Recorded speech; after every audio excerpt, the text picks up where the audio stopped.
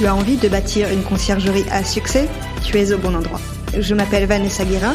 Chaque semaine, retrouve-moi pour parler conciergerie, location courte durée, entrepreneuriat et même quelques anecdotes. En solo ou accompagné, apprends les meilleures stratégies qui vont te permettre de vivre pleinement de ta conciergerie sans sacrifier ton temps. Bon épisode! Bonjour à tous et bienvenue sur le podcast La Conciergerie. Nouvel épisode aujourd'hui d'Histoire de conciergerie. Rémi, ancien chauffeur routier, est passé à exploitant de conciergerie. Il nous explique comment il a procédé, puisqu'il a été chauffeur routier en parallèle de l'ouverture de sa conciergerie. Il nous donne pas mal de tips et il nous partage même une checklist très importante. Vous allez entendre ça dans l'épisode. Pour la retrouver, la checklist, ce sera sur le club des conciergeries, donc le club qui a été lancé maintenant il y a 2 semaines, je dirais, au moment où vous écoutez l'épisode. Le club des conciergeries, pour rappel, c'est un espace où on peut échanger, où vous posez vos questions, vous êtes plusieurs conciergeries et c'est un espace gratuit. Donc allez-y, le lien est en description ou bien vous pouvez aller sur le site laconciergeriepodcast.fr et vous trouverez le club des conciergeries.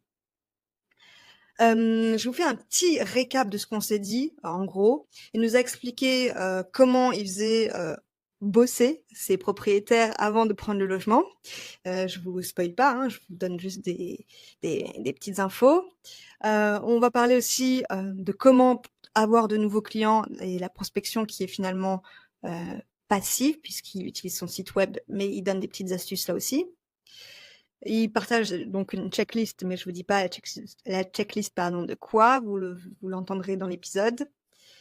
Et il a aussi développé la méthode TVN, et ça, c'est pas mal pour les prestataires. Et il explique aussi qu'il coupe à une certaine heure avec ses propriétaires, et il a mis une automatisation en place que tout le monde peut mettre. Vous allez voir que c'est assez simple.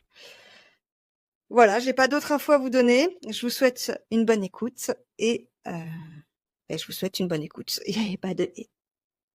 Bonjour Rémi, bienvenue sur le podcast La Conciergerie. Je suis ravie de t'inviter aujourd'hui pour un épisode Histoire de conciergerie.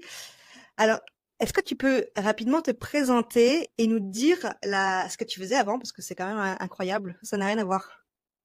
Oui, bonjour Vanessa. Alors moi avant j'étais chauffeur routier en déplacement international. À partir de 2020, j'ai investi en immobilier.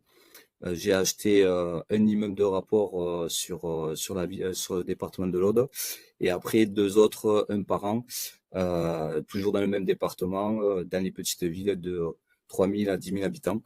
Et par la suite, je suis formé en conciergerie pour développer ma conciergerie.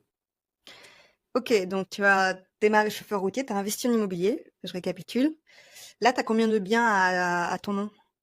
Là, à l'heure actuelle, j'ai à peu près sur la conciergerie une trentaine de logements. Et à titre perso, j'ai 5 logements en courte durée, donc 4 après en location longue durée.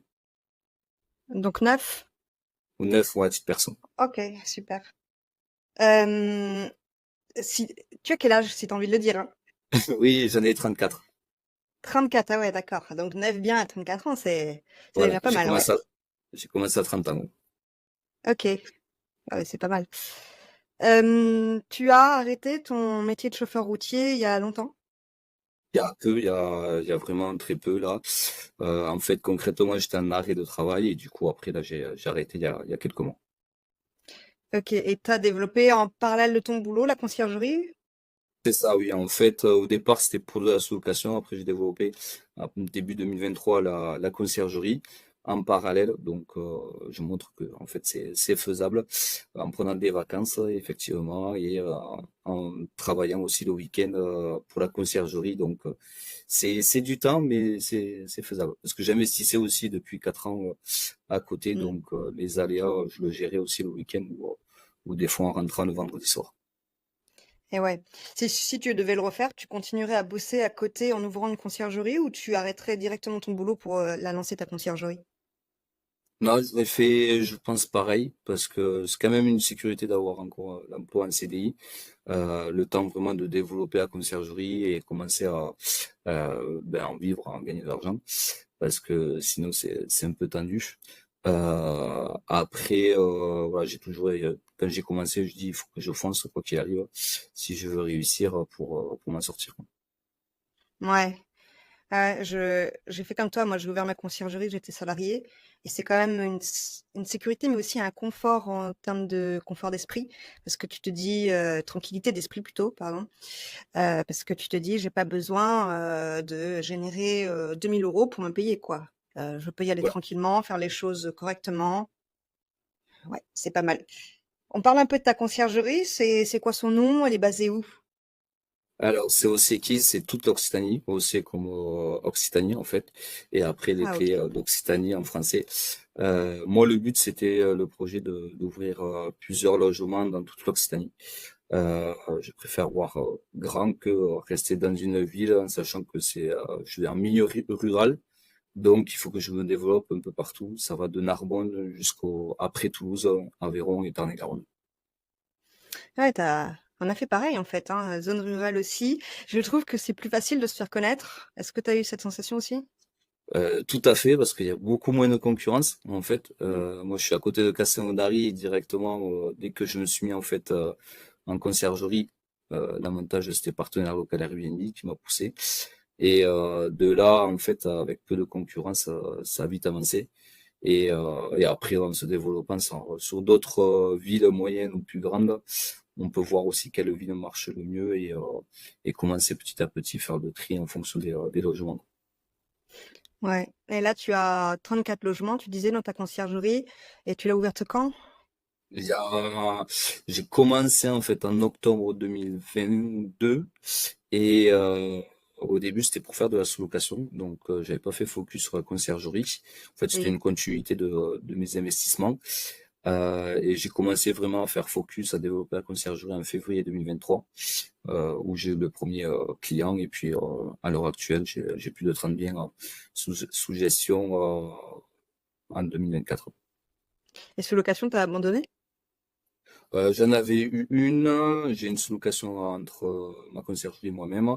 Et là, à l'heure actuelle où on parle, j'ai un contact pour une sous-location sur la ville de Carcassonne. Je suis en train de faire l'étude de marché parce que la sous-location, voilà, il y a un peu plus de frais, donc il faut faire une bonne étude de marché avant vraiment de signer le contrat. D'accord.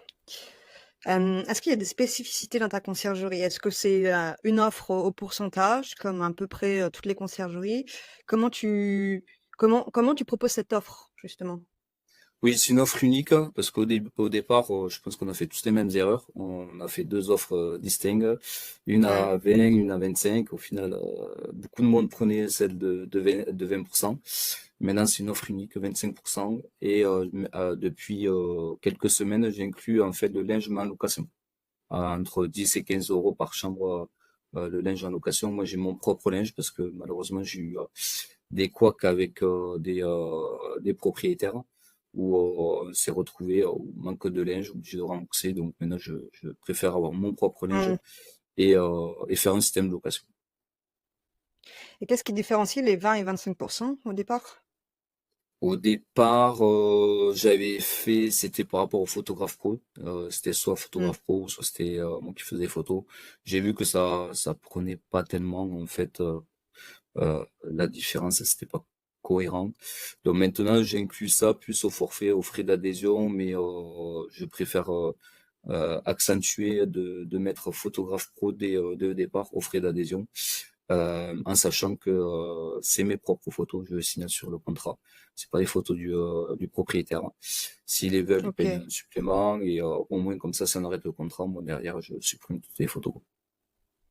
Ouais, donc je suppose que les annonces aussi, c'est les tiennes. Non, je suis en coop du coup.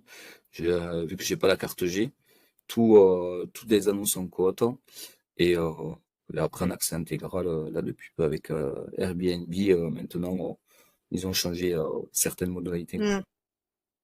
Mais tu dis que les photos t'appartiennent, donc tu as fait signer une clause parce que j'imagine que les propriétaires peuvent les récupérer vu que c'est leur annonce Airbnb. Oui, c'est ça. J'ai fait signer une clause dans le contrat en fait comme quoi c'est mes photos Ok. euh, et il y a une droit d'auteur avec le photographe. Après, c'est sûr, Bien il y a sûr. toujours un risque qu'ils récupèrent des photos et qu'ils développent leur Ouais. annonce de leur côté. Mais bon, ça montre dès le départ que faut avoir un esprit de confiance. Là, récemment, il y en a une qui a préféré arrêter parce qu'elle avait pas confiance. J'ai enlevé toutes les photos qu'elle a dit qu'on arrêtait. Donc après, à part avoir fait un copier-coller, mais ce sera pas le même rendu. Et en plus de ça, sur toutes les photos, maintenant, je mets mon logo. Donc, c'est pas pertinent pour les propriétaires d'avoir une photo avec le logo de ma conciergerie. Ouais, c'est sûr. J'ai fait ça aussi, il fut un temps. Sauf que moi, j'avais pas la clause. Donc ça, c'est important, la clause. Et du coup, j'imagine que vu que tu prends à ta charge le photographe, tu as comment on appelle ça, un engagement sur tes contrats? Oui, alors, c'est un engagement d'un an. Après, ils peuvent arrêter avec un mois de préavis. Mais le but, comme je leur dis, c'est quand même de continuer à plus long terme. Et quand j'explique aux propriétaires, il faut le voir en vision en fait entreprise ou société. On peut pas avoir un résultat au niveau des chiffres au bout de 3 ou 6 mois. Faut attendre vraiment un an pour voir si c'est intéressant ou pas. Et la plupart du temps, quand les propriétaires, ça se passe bien, ben, on a des chiffres plutôt corrects. T'as pas eu de propriétaires qui se sont dit, ben j'ai eu les photos, c'est offert, je les prends et puis j'arrête.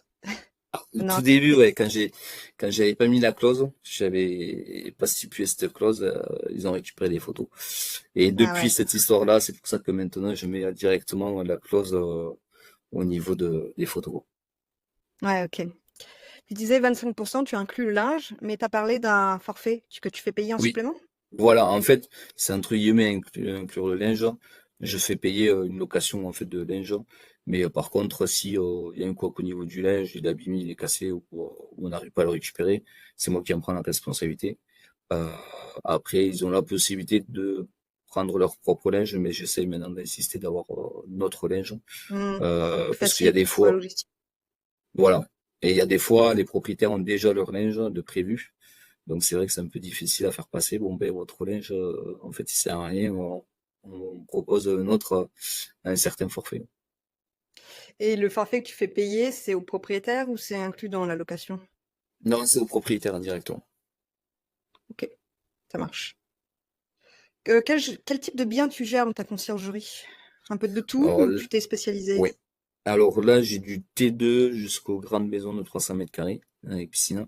Ok. Et maintenant, j'essaie de vraiment viser les maisons avec piscine que les T2 ou les studios. Les studios, maintenant, dans tous les cas, j'ai arrêté. J'en ai plus beaucoup, j'en ai que deux. Et, euh, et vraiment viser en fait tout ce qui est maison, gîte avec piscine, c'est beaucoup plus intéressant et plus gagnant aussi ben, pour tout le monde. Après, plus intéressant, moi, en zone rurale, les grandes maisons, je les louais que l'été. Est-ce que toi, Ouais. tu les loues toute l'année? Non, c'est vrai, c'est plus l'été, mais j'ai fait le calcul en fait, même si on travaille 3 4 mois dans l'année, au niveau du chiffre d'affaires, on se retrouve en fait sur comme si c'était un appartement et demi, voire 2 appartements. Et Ok. c'est pour ça que je me dis c'est plus intéressant même de l'avoir que l'été. Alors eu de la demande de location pendant l'hiver, Noël et Nouvel An, mais c'est vrai qu'après pendant l'hiver, les grandes maisons c'est un peu plus difficile. Ouais, il faut continuer à les entretenir quand même parce que s'ils sont pas loués pendant 7 mois, il y a quand même de la poussière qui s'accumule, il faut aérer la maison. Ça demande C'est ça. moins enfin, de nouveaux ménages. Ça demande moins de turnover, si on peut appeler ça. Mais par contre, il faut quand même y aller de temps en temps, quoi. C'est ça, oui. Oui, c'est pour ça que maintenant, les propriétaires, je leur dis au moins une fois par mois, un coup de nettoyage, au lieu d'avoir un gros nettoyage complet avant la saison qu'on a eu fait là sur une maison de 300 mètres carrés. Et c'était pas mal de temps. Après, ben, ça a eu un coût aussi supplémentaire aux propriétaires, mais c'est vrai, faut la faire vivre aussi. Mais les propriétaires Ouais. reviennent de temps en temps, même l'hiver. Donc, le but, s'ils reviennent aussi à la maison vie, surtout en zone rurale, quand c'est vraiment en campagne, ben, les taux d'araignée et tout, elles reviennent très rapidement. Et ça, faut faire des gros nettoyages de temps en temps. Tu as dit on, je t'ai pas demandé si tu étais associé et si tu as des équipes. Non, je suis tout seul, c'est une SASU que j'ai créée. Et après, j'ai toute une équipe de ménage, vu que je suis sur plusieurs villes, j'ai à peu près 12 prestataires de ménage, 12 à 15 prestataires de ménage à gérer sur plusieurs secteurs. Ah ouais, 12 à 15 pour 34 logements, elles se piétinent pas dessus, j'imagine. Non, non, non, parce qu'il y en a certaines qui ont 2 ou 3 logements. J'ai eu fait l'erreur en fait à un moment donné de donner 6 logements à un couple que je ne ferai plus parce qu'à un moment donné c'est le linge qui pose problème à gérer et puis il y en a certaines elles en veulent beaucoup mais maintenant j'ai décidé d'en donner max 4 voire 5 mais pas plus. OK. Donc d'ailleurs, rentrons un peu dans le détail. Tu donnes, 4 logements maximum, donc un prestataire est attitré à ces logements et c'est toujours lui qui fait ces logements? Oui, oui, oui, maintenant, j'ai eu, pareil, au départ, j'ai fait l'erreur de naviguer sur plusieurs prestataires sur le même logement. Et ben, le problème de gestion du linge et gestion au niveau du logement, c'est pas faisable. Il y a des couacs et du coup, maintenant, c'est attitré. C'est beaucoup plus simple en fait en gestion. Ah ouais, et en termes de linge, donc c'est tes prestataires qui le lavent? C'est ça, ouais. À part quand c'est où je suis basé, où il y a mon local. En fait, j'ai ma résidence principale et en bas, j'ai fait le local lingerie. À cet endroit-là, c'est moi qui gère le linge directement sur place, hein, avec tous les produits nécessaires et les machines. Après, moi, quand je suis pas là, c'est les prestataires de ménage qui le gèrent directement au local. Mais tout le reste, dans toutes les autres villes, c'est les prestataires. À part, on a un gîte de 200 mètres carrés, capacité de 15 personnes. Mmh. Là, j'ai fait passer par une blanchisserie directement parce qu'il y a beaucoup trop de lits à Mmh. gérer. Ouais, je vois. OK. Tes prestataires, tu m'avais parlé, alors ça c'est une bonne nouvelle pour, les auditeurs, que tu leur donnais une checklist de ménage quand ils démarraient. Ça. Et pourquoi c'est une bonne nouvelle? Parce que en fait, tu es, OK pour partager cette checklist de ménage. Est-ce que tu peux nous en dire plus? Oui, alors moi j'ai créé la checklist en fait pas à pas parce que au départ je voyais que les prestataires ne savaient pas réellement tout au niveau du ménage Airbnb. Il y en a beaucoup qui me disaient au départ oui c'est du ménage comme à la maison, sauf que non c'est du ménage type hôtelier et même voire plus parce qu'il faut mettre le réassort, faut mettre le nombre de papiers WC, le nombre d'essuie-tout, liquide vaisselle, etc. Donc j'ai créé une checklist que je partage aux prestataires de ménage dès le départ en fait quand on commence. Et je leur dis déjà avant de se rencontrer, lisez bien la checklist. Et quand on se rencontre, ben, on fait étape par étape. On suit pièce par pièce et étape par étape. Ouais, ou lors du premier essai, c'est ça? Voilà, du premier essai, on check ensemble. Après, quand je recrute, que des fois, ben, c'est un peu tendu avec le temps, je mets notre prestataire de ménage qui va la former sur le terrain, donc sur le premier ménage. Et puis moi, quand j'ai une nouvelle prestataire de ménage, je passe assez souvent au début pour vérifier si tout est bon et que tout est correct. Si c'est correct, ben, on fait le signalement, on fait des remarques. Mais je précise bien maintenant au prestataire de ménage que je vais faire des remarques. Il y aura des aléas, des trucs qui vont pas. Dans tous les cas, on voit tout maintenant. Euh, Ouais, dès qu'il y a la poussière ou toile d'araignée, moi je suis focus sur les toiles d'araignée, j'arrive à les voir même quand on les voit pas, elles y sont. ouais. Bah, de toute façon, quand on est exploitant de conciergerie, on a l'œil, hein, maintenant, à force. C'est ça. C'est ce qu'elles me disent, Hem je suis exigeant. Ben non, c'est pas être exigeant, c'est que, c'est quand même une partie très importante, le ménage dans une conciergerie et c'est même, je dirais, la partie la plus importante. C'est ça, c'est C'est la première base, hein. Et si le ménage mmh, n'est pas bien fait ou autre, ben, après on a les commentaires en adéquation. c'est ça exactement.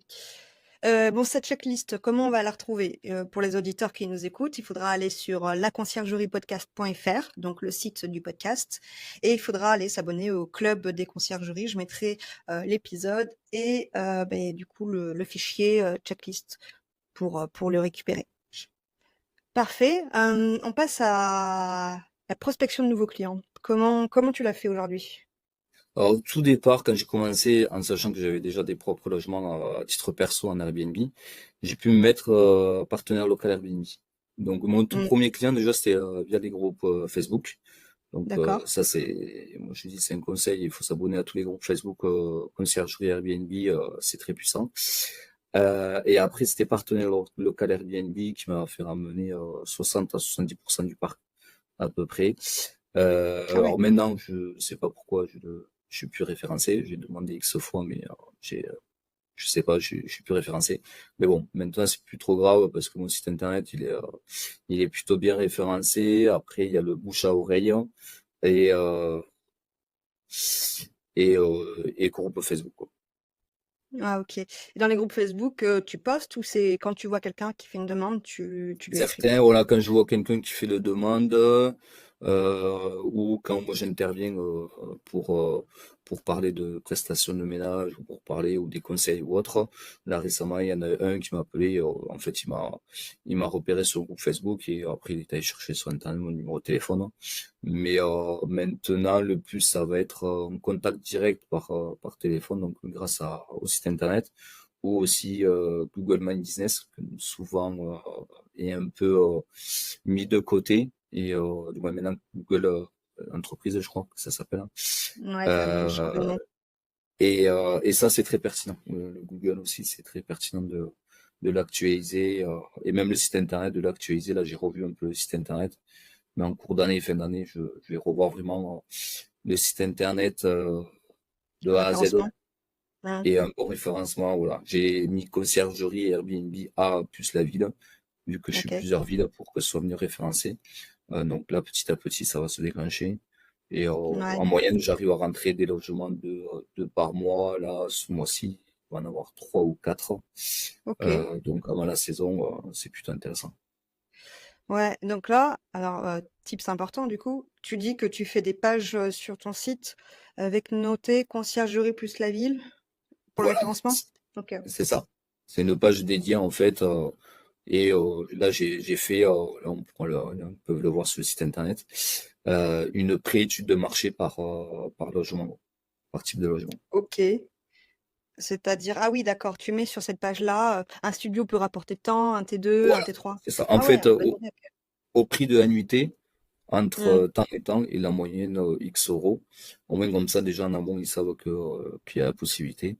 Donc OK. récupérer des données d'AirDNA ou de PriceLab, comme il y a entre les deux. Ouais, Et au moins comme ça, ils sont déjà au courant ce qui est faisable. d'accord, ouais, intéressant. Et en tout cas, moi, c'était le cas en zone rurale. Le site internet, ça fait un carton, je trouve, parce qu'il est super bien référencé en général. Est-ce que depuis que tu t'es lancé, il y a eu des concurrents? Oui, oui, oui, là, une cette année en zone rurale, après même d'autres. Mais dans ma ville où je suis de départ, il y en a une, et puis après tout le reste, il y en a même plusieurs OK. concurrents, oui. Oui. Tu vois une grosse différence depuis qu'il y a des concurrents sur ton nombre de Euh, biens? alors, il y en a qui m'ont de la concurrence de la ville où je suis, donc elle m'a pris un des biens que j'avais en contact. Mais il y a une légère différence, mais c'est pas énorme. Comme on dit, voilà, il y a à boire et à manger pour tout le monde. Donc, Oui. c'est pas inquiétant. Et puis moi, j'ai commencé à faire le tri et viser des logements plus qualitatifs que des logements standards. Ceux Ouais, qui commencent, ils vont prendre des logements, ça dépend. Ouais. Mais ouais, ouais. ils ont tendance à prendre des logements très standards. Je remarque une chose importante à force d'interviewer des conciergeries, c'est que toutes font la même chose et c'est, je pense, la meilleure façon, c'est la façon optimale de faire. Elles vont se lancer, vont faire 1 ou 2 offres parce qu'au début on sait pas trop, on teste. Euh, on va prendre tous les biens et au fur et à mesure, au bout de 1, 2 ans, quand on commence à en avoir beaucoup, on va sélectionner, on va en faire partir certains et on va prendre des biens de meilleure qualité. Et pour quelle raison? Beh, finalement pour, pouvoir optimiser son temps, parce que ça prend du temps d'avoir, tout type de biens et de pouvoir, avoir une rémunération plus importante. J'imagine que c'est pour ça, toi? Ah oui, oui, tout à fait. En fait, ça en t'écoutant avec les podcasts, que j'ai remarqué, on faisait tous la même erreur. Donc, d'un côté, ça m'a rassuré à me dire, bah, en fait, on fait pareil. Et malheureusement, c'est vrai qu'au début, on a tendance à prendre un peu tout. Et moi, l'année dernière, il y en a une qui a duré à peu près 6 mois. Si c'était des studios, ben, au final, tant mieux qu'elle soit partie parce que derrière, concrètement, en zone rurale, les studios, en fait, la conciergerie n'est pas gagnante, même la propriétaire n'est quasiment pas gagnante. Il y a que les Mmh. prestataires de ménage qui sont gagnantes, en fait, dans l'histoire. Quand tu fais des factures, tu vois, par rapport aux prestataires de ménage, c'est elle chaque prestation gagne plus que toi, quoi. Ouais, ouais, Donc, à un clairement. moment donné, voilà, faut prendre des logements qui tournent un peu plus. Et vu que moi, je suis sur plusieurs villes, je vois aussi quelle ville est plus pertinente et quelle ville où je vais plus développer le référencement. Euh, et qui tourne bien toute l'année, quoi. Mmh, c'est vrai. Et est-ce que tu prends des biens pour quelques mois? Parce que les villas, des fois, c'est des propriétaires qui partent en vacances. Alors la plupart des villas, en fait, c'est en résidence secondaire, donc ils reviennent de temps en temps. Mais Mmh. il y en a qui me disent, voilà, on peut exploiter la maison toute l'année. C'est vrai que pendant l'hiver, c'est un peu plus difficile. Donc, on essaie, voilà, de louer de mai à octobre, parce que dans le secteur, il fait quand même bon de mai à octobre. Et, euh, et ça, c'est plus les maisons, quoi. C'est plus tendance aux villas que, par contre, prendre des petits logements, comme là, je viens d'appel aujourd'hui pour un mobil-home pour 2 mois. J'ai dit, non, concrètement, mobil-home, Mmh. c'est pas mon truc, c'est pas intéressant, et pour 2 mois, ça sert à rien. Ouais, un mobil-home, ça se loue à la semaine et ça va être comme un studio, quoi. Voilà, ouais, c'est ça au niveau prix et puis aussi des problèmes techniques. Moi, ce que je fais quand je prends un logement en conciergerie, je teste tout. Évacuation, électricité, tout de A à Z. Euh, Vu que j'ai rénové en totalité 9 logements Mmh. avec mon artisan, ben, je connais un peu et je sais que dès le début, soit il va y avoir des soucis, soit on ne sera pas embêté. Et il faut, moi je leur dis, voilà, il faut de la qualité, que ce soit robuste et normalement le logement, il reste bien et propre, même pendant le nombre d'années, quoi. Ouais.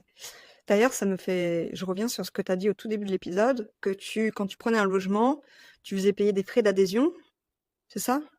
Ou est-ce Oui, que ça comprend? oui, alors ça comprend en fait, suivant les logements, une demi-journée ou voire une journée, avec déjà le photographe. Moi, je suis en binôme à chaque fois avec le photographe, je ne laisse pas faire. Et c'est ça qui est bien avec mon photographe, c'est qu'il me partage en fait la tablette. Donc en direct, tu peux voir les photos, c'est pertinent, plus de luminosité, plus haut, plus bas, plus à gauche, etc. Et moi, je fais à ce moment-là, avant qu'il arrive, déjà, je fais tous les lits, vraiment en format hôtelière. Ouais, Les serviettes aussi, je teste tout le logement, donc je fais couler l'eau. Par exemple, la douche, ça c'est très souvent, les joints, ouais, les angles de douche sont mal faites. Donc moi, j'asperge l'eau vraiment partout et là directement, comme je dis au propriétaire, je préfère avoir un souci à ce moment-là que un problème pendant les voyageurs. Après, ce que j'inclus aussi, c'est toutes les affiches que je vais faire pour le logement. Je mets quelques affiches en fait sur un mur en interdiction de fumer, les informations en fait de bienvenue, la OK, Wi-Fi, euh, la notation Airbnb aussi. J'ai une petite notation Airbnb et aussi le guide voyageur au format digital que je délègue OK. ça à une personne en auto, en freelance quoi. Ça, c'est du format digital. Peut-être il y en a qui ont déjà vu Thomas Dardou faire sa pub. Euh, et ça, c'est vraiment assez pertinent pour tout mettre dessus, toutes les informations, ce qu'il y a à faire aux alentours. Je fais aussi toutes les vidéos dans le logement, comment on rentre. OK. J'ai certains en zone rurale où à un moment donné, il n'y a plus Internet, il n'y a plus de 4G, il n'y a plus de 5G, rien. Donc là, ils ont intérêt de suivre la vidéo, sinon ils sont perdus. Mmh. Ils sont obligés de retourner 1 kilomètre avant pour nous appeler. Donc maintenant, ce que j'ai fait, quand c'est vraiment technique, je pose mon téléphone dans la voiture, vidéo directement, on tourne à droite, le parking, on reprend sur notre vidéo, marche à pied, on ouvre là, la boîte à clé aussi vidéo, plaque de cuisson vidéo, Ouais, plusieurs vidéos, au moins comme ça, logiquement, si on regarde les vidéos, ben, on n'est plus embêté. C'est surtout ça ouais. que je veux pas être appelé à n'importe quelle heure parce qu'ils ne Oui, savent oui, pas oui. ouvrir la boîte à clé. Tu fais un état des lieux à l'entrée? Oui, un À état l'entrée, des enfin, lieux. pas à l'entrée des voyageurs, mais quand tu prends le logement. Oui, un état des lieux général. Alors déjà, en fait, là, ce que j'ai mis en application, je propose aux propriétaires une feuille pré-remplie avec un inventaire. OK, Donc eux, ils me remplissent l'inventaire. Et moi, quand j'arrive, je check le OK. logement, déjà s'il y a tout. Mais déjà, on commence à faire un pré-état des lieux sur le premier ou deuxième rendez-vous avec le propriétaire. Quand je fais la visite du logement, je dis, bon, ben voilà, il manquerait ça. J'ai toute une checklist aussi euh, Mmh. où je leur envoie un format Excel où il y a peut-être, je sais pas, une centaine de lignes. Et, euh, et ils le regardent s'il y a tout. Après, s'il manque des choses, ben, je rachète, hein. Euh, c'est eux qui payent. Mais si jamais je leur dis, venez pas vous déplacer, s'il y en a qui sont à Paris ou à 500 km du logement, se déplacer pour acheter, je sais pas, une bouillon ou un grille-pain, quoi. Je le fais, je le facture et puis voilà. Mais après, ça, c'est vraiment quand on fait les photos le premier jour, on arrive à faire un état des lieux global. Ouais. Donc tu demandes à ce que ton propriétaire, il fasse le ménage avant ou c'est toi qui décides qu'il faut enfin, que tu vas le Alors, faire? j'ai eu testé ça, sauf que le ménage propriétaire, c'est pas un ménage Airbnb. Donc D'accord. je leur dis, si vous voulez diminuer la facture du premier ménage, essayez de laisser le logement au plus propre possible, parce que nous, on va Ouais. ouvrir tous les tiroirs, bouger tous les verres et tout nettoyer de haut en bas. J'ai eu un exemple où c'était géré par une société de ménage et que c'était le propriétaire qui déléguait ça en conciergerie. Ouais. C'était pas conciergerie exactement. Ouais. Euh, euh, sur un T2, on a passé, les filles ont passé 10 heures de ménage. Ah ouais, un Et T2, c'était, d'accord. normalement reloué un Airbnb, quoi, hein, en courte durée. Donc, Ah ouais, ouais. Donc, depuis ça, je dis à tout le monde, ne mettez jamais les frais d'adhésion à les ménages dedans. après le ménage. Ouais. Sinon, vous tirez une balle dans le pied, vous le faites vous-même et vous passez des heures dessus sans être Ouais, payé. ouais, Ça, c'est fini. Premier ménage, il est fait par les prestataires de ménage. ouais. Ouais. Et Moi, il était après, plus cher en général parce que hum, on va vraiment en détail. On va nettoyer les joints, les c'est ça. vitres. Donc, C'est ouais. ça, tout de A à Z. Et derrière, moi, sur cette partie-là, en fait, je prends euh, une commission au-dessus sur le premier ménage. Que Ok. entre chaque location, je prends pas de commission, Ouais, mais c'est sur tout le au premier prestataire. ménage. De quoi? C'est tout au prestataire. Le Ah, reste, mais sauf pour le premier, c'est ça. voilà, sauf pour le premier. Pour le premier, je prends une partie, je marge un peu. Euh, c'est pour être présent aussi de temps en temps au début avec les prestataires de ménage pour débriefer et puis à la fin pour bien vérifier que tout soit fait. Hmm. Au moins comme ça, de mon côté, ça remonte aussi les frais d'adhésion et dès le départ, on se paye en fait avant de commencer. Ouais. Question, t'as pas trop de problèmes de Wi-Fi en zone rurale avec les voyageurs? Euh, si, c'est déjà arrivé. Mais moi, ce que je leur demande aux propriétaires d'essayer d'avoir Orange, c'est quand même plus qualitatif. Ce qui passait le mieux, Euh, ouais. c'est le mieux, mais des fois, oui, il y a des bugs. Alors, moi, je dis aux voyageurs, ben voilà, faut juste réinitialiser la box. Ce que j'essaie, c'est d'avoir directement sur l'application Orange des propriétaires. Je les Hmm. récupère, au moins comme ça, derrière, je peux déjà faire un test et réinitialiser à distance.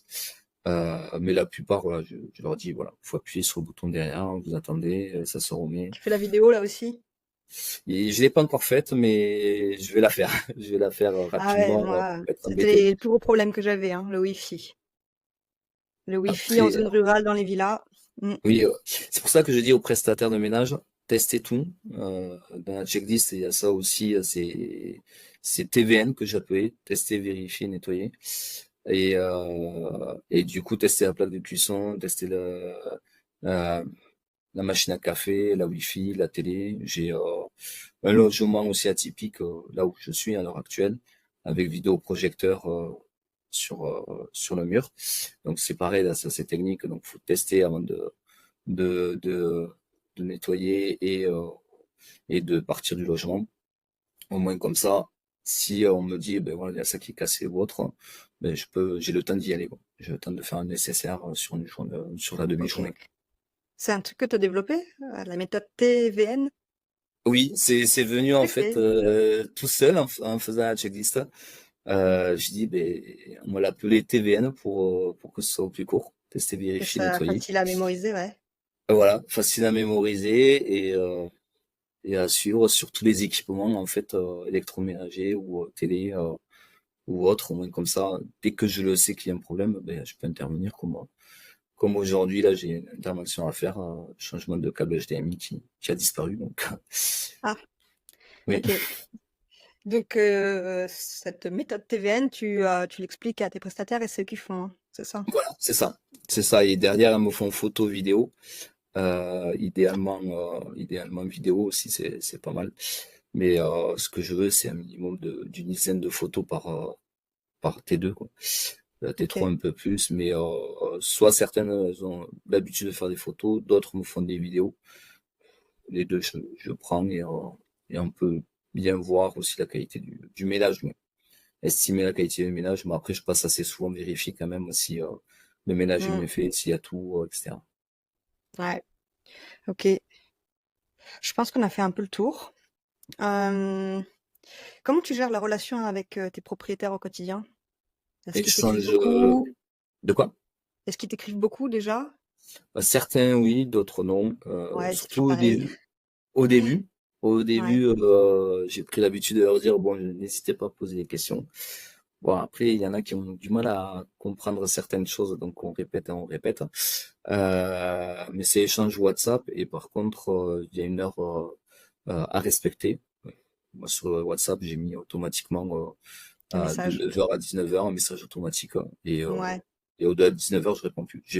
Fait l'erreur au début de répondre, j'ai vite compris qu'il y en a qui sont capables d'envoyer un message à 22 ou 23h le soir, même le samedi soir. Donc je dis, ça c'est fini, je le reçois, je n'ouvre plus le message parce que sinon on n'a pas de vie après. et moi j'avais pensé à faire ça aussi, mais comme je communique avec des voyageurs par WhatsApp, les voyageurs étrangers, est-ce que tu fais toi aussi ça? Parce que du coup, le message automatique s'envoie quand ils sont pas encore rentrés des fois dans le logement? Oui, il peut s'envoyer, mais après en fait je réponds derrière. OK. Donc c'est vrai que sur cette partie-là, il faudrait pouvoir essayer de mettre Avoir un 2 numéros label peut-être? exprès. De quoi? Avoir peut-être 2 numéros, c'est possible? Oui, Mais après bon, j'ai le numéro perso et pro et j'y ai plus un pensé, deuxième mais pro, ouais, ça va faire beaucoup. voilà, ouais, j'ai une collègue qui a un peu ce système-là, mais c'est vrai que ça après ça fait pas mal.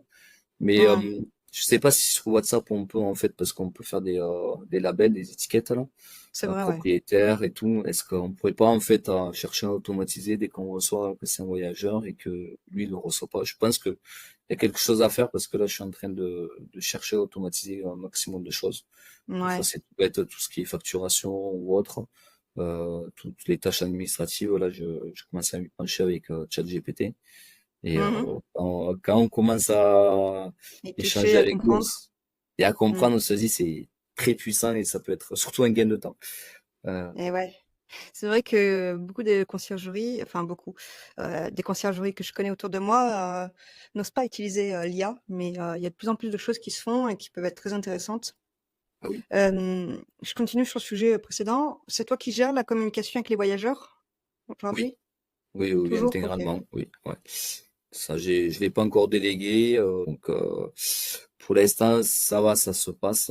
C'est pour ça que en amont un maximum d'informations sur le guide et normalement, on n'est pas trop embêté à part les problèmes et soucis ou des fois les réservations de dernière minute ou des messages qui n'ont pas lieu. Souvent, ça vient du problème booking. Euh, les voyageurs ne reçoivent pas réellement les messages. Du moins, il n'y a pas réellement de messagerie comme Airbnb. Donc, j'essaye, dès que j'y pense et que j'ai le temps, d'envoyer directement les messages programmés par WhatsApp. Au Ouais. moins, comme ça, ils ont les infos. Ouais, c'est déjà bien les messages programmés. Hem, Moi, par exemple, je demande des avis en message programmé. Comment ça s'est passé la première soirée? Je renvoie les infos de départ, la veille pour leur Oui, redire que c'est telle heure qu'il faut partir au maximum et qu'il faut, ranger et vider les poubelles. J'imagine que tu fais ça aussi? pareil. OK. Après, il y a peut-être 2 sur 10 que c'est respecté tout le processus. Les voyageurs ont du mal, certains, à tout respecter, mais Mmh. moi, je me dis, à force, si tout le monde fait ça, il faut que tout le monde, Ouais. en fait, que ça rende les mœurs, quoi, qu'on forme plus ou moins les voyageurs aussi à comprendre qu'il y a certaines choses à respecter. Donc, Mmh mh. Et ça me fait penser, c'est pas le même sujet, mais j'ai été au salon, le rendez-vous des pros de la LOC la semaine dernière à Paris et on sait que c'est agaçant en général, un voyageur content qui met, 4 sur 5. Il est super content, il met 4 sur 5 et j'ai, quelqu'un qui m'a partagé une image, une photo qui explique, les notes qu'il faut mettre quand on est content et c'est vraiment une super image, je trouve, elle est bien détaillée et en fait, je vais tester, je vais l'envoyer à mon voyageur là qui est parti aujourd'hui, voir s'il comprend, s'il va mettre 5 sur 5. En gros, il y a marqué 5 sur 5. On est content, il y a toujours des choses à améliorer, mais on est content globalement. Et 4 sur 5, c'est une mauvaise note. Voilà, qu'est-ce qu'il faudrait faire pour s'améliorer? Parce que apparemment, 4 sur 5, on peut pas relouer derrière. Enfin, j'exagère, hein, mais c'est un peu ça le message. Je pense que je vais aussi le partager avec ta checklist ménage. Ça pourrait être intéressant qu'on ait tous ce processus, surtout sur Airbnb, parce que malheureusement, Airbnb, même s'ils sont contents et qu'ils mettent 4 sur 5, c'est pénalisant. C'est ça. Donc, Mais ouais. ça, je l'ai en fait, je l'ai récupéré depuis un moment. Je le mets dans les logements en affiche, hein. Du coup Ok. en A4. Ouais. Donc c'est informé et puis après l'envoyer par message, ça se fait un long message euh, ou en format PDF. Mais moi je l'informe voilà, dans le logement, j'essaie de leur faire comprendre. Alors j'essaie maintes et maintes fois de trouver aussi de bons messages au moment où ils vont recevoir une notification Airbnb, donc début d'après-midi la plupart du temps. Ouais. Donc ça je renvoie vers 13 ou 14 heures le lendemain, le jour même, c'est le jour même qu'ils partent, le message Airbnb, d'expliquer que comme quoi voilà, il faut bien noter, etc., etc. Au début, ça a marché, mais certains ont encore un peu du mal à comprendre. Et c'est vrai que moi, j'ai eu récemment un 4 et avec très bien, super, je Ouais, super recommande. commentaire, quoi. Et là, mais il a rien compris, quoi. Donc, Ouais. on bataille sur les commentaires et sur les avis. Pour l'instant, je suis dans les 4,73-75 de moyenne sur plus de 200 commentaires à titre perso. Et après, je pense que voilà, sur toute la moyenne aussi, je suis à peu près pareil. Euh, Moi, j'essaie de viser déjà le 4,80 hein, Mm. sur Airbnb. Et c'est pour ça qu'au prestataire de ménage, je leur dis par contre, il faut que tout soit nickel. Bah oui, Pour oui. avoir 5 étoiles là, au ménage et je veux pas du 4 étoiles au ménage, quoi. Donc, Ouais. si déjà Et moi, j'appliquais. Ouais, vas-y, continue. si déjà le logement est propre et accueillant de départ, on part sur une bonne chose. Et après, ce que je rajouterais, ce que j'ai remarqué, dès qu'il y a un problème, un souci, si c'est réglé en moins de 24 heures ou rapidement, ben, c'est là où on prend des bonnes notes. En fait, c'est Bah oui, bête à oui, dire, oui. mais Quand on est réactif. voilà. Moi, le but, c'est d'être réactif et régler les problèmes rapidement. Mm. Et j'allais dire avant de te couper, j'appliquais moi une pénalité quand c'était justifié, un 4 sur 5 sur le ménage ou moins, de 5 en fait, aux prestataires qui avaient effectué ce ménage. Donc, je sais pas si c'est la meilleure solution, mais en tout cas, c'est comme ça que je faisais. Ça peut les motiver à faire, du meilleur travail, ouais. Ben, non, je le fais pas, mais sur le contrat prestataire de ménage, j'ai stipulé que comme quoi, en fait, si le logement 5 étoiles depuis X temps, et que moi, quand je passe, j'estime que le ménage est bien fait, ben, ils auront une prime. Bon, sauf que j'arrive toujours à trouver quelque chose qui va pas, un petit quelque chose. Mais c'est pour ça que là, petit à petit, j'ai aussi échangé un peu plus avec les prestataires de ménage. C'est toujours bien de, même ne serait-ce lui payer un verre ou un repas en fin d'année ou quelque chose comme ça pour montrer que nous on est présents et qu'on les laisse pas tomber non plus parce que des prestations de ménage, c'est vrai que des fois ça peut être un peu c'est Ouais. chronophage et un peu pénible aussi. Ouais, c'est sûr que c'est pénible, physiquement et c'est pas très stimulant aussi, intellectuellement. Mais c'est surtout des personnes qui sont dans les équipes des conciergeries et qu'il faut les valoriser, heu, comme on peut, même si c'est des freelances souvent, des auto-entrepreneurs. Mais ouais, c'est des parties intégrantes d'une conciergerie, de l'équipe. Donc j'ai interviewé une conciergerie, j'ai plus le nom de l'épisode, qui disait qu'elle faisait un café tous les matins avec les prestataires avant de démarrer. Donc par exemple, Oui, oui, ouais. C'est bien ouais, quand t'as la possibilité, quand t'es pas, on va dire à distance, oui, quand tu as c'est un pas mal. local, que tu as la possibilité Ouais. de d'avoir, une machine à café. Ouais, Oui, OK, oui, même bah faire des cadeaux, offrir. Moi, pour la conciergerie, j'ai fait un partenariat avec un caviste du coin. Donc, même ça, par la suite, sur certaines, je peux offrir une bouteille de vin. En plus, j'ai des prix assez mmh, attractifs et je suis en partenaire avec eux. Donc, ça aussi, dans les logements, j'essaie de faire des partenariats sur certains secteurs. ouais, moi à Noël, j'avais offert, carte cadeau. Une carte cadeau, ouais. Oui, Surtout ce que que, bah, j'avais entendu souvent dire, on c'est connaît toujours leur bien. famille, ils ont des enfants, donc on sait que ça va faire plaisir, quoi. Voilà, oui, c'est ça. OK, je pense qu'on a fait le tour. J'ai une dernière petite question pour, clôturer l'épisode. Hem, Quel conseil tu te donnerais de toi, il y a 5 ans, si, tu devais, tout recommencer? Moi, ce que je dirais, c'est le maître mot, c'est la persévérance et toujours croire en soi. Euh, et rien lâcher. Même quand il y a des coups de mou, voilà, faut toujours se dire que demain sera meilleur. Parce qu'il y a eu des fois où j'ai des coups de mou, comme tout le monde. Et on sait que le lendemain, ça ira mieux. Donc, faut laisser passer. Mais après, ce que je changerais, peut-être pas grand-chose. au final. Ok. Euh, Peut-être l'offre de départ, Ouais, faire une offre unique en fait. ouais, Dès le départ et pas s'embêter à faire du 20, 25 ou 23 ou peu importe. ouais, ouais, Ça, ouais. oui, une offre unique et peut-être la gestion aussi du linge, avoir en fait son propre linge. Sauf Hmm. qu'au départ, ben, ça a un coût. C'est un coût assez élevé le linge.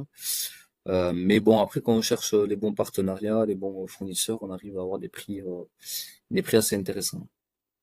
Ok, donc persévérance. Mais je pense que c'est tout ce qui est entrepreneuriat, hein. Ah, ouais, c'est ça, Que ce soit exploitant de conciergerie ou autre, la persévérance, c'est ce qui va mener chaque entrepreneur loin. c'est ça. Eh bien, merci beaucoup Rémi pour cet échange. Merci Ouais, d'avoir donné un peu tes méthodes, d'avoir parlé de ta conciergerie. Et ça peut, j'espère du moins, aider certains auditeurs qui voudraient se lancer ou qui sont au début, ou même les astuces que tu as partagées, comme la méthode TVN ou encore la checklist ménage, même les tips sur le référencement des sites web, j'ai beaucoup aimé. Donc, je rappelle aux auditeurs que pour reprendre toutes les infos, donc la checklist et la petite photo que je vais partager là pour les avis de Airbnb, il faudra les récupérer sur le club des conciergeries et vous avez le lien en description ou bien vous avez aussi la possibilité d'aller sur le site web laconciergeriepodcast.fr. Bien encore merci Rémi et puis je te souhaite une bonne journée. merci à toi Vanessa, super. Et pas si vite, tu as apprécié cet épisode, tu peux le partager à ton entourage ou encore mieux, laisser un avis 5 étoiles sur ta plateforme d'écoute préférée et un commentaire. Je te dis à bientôt.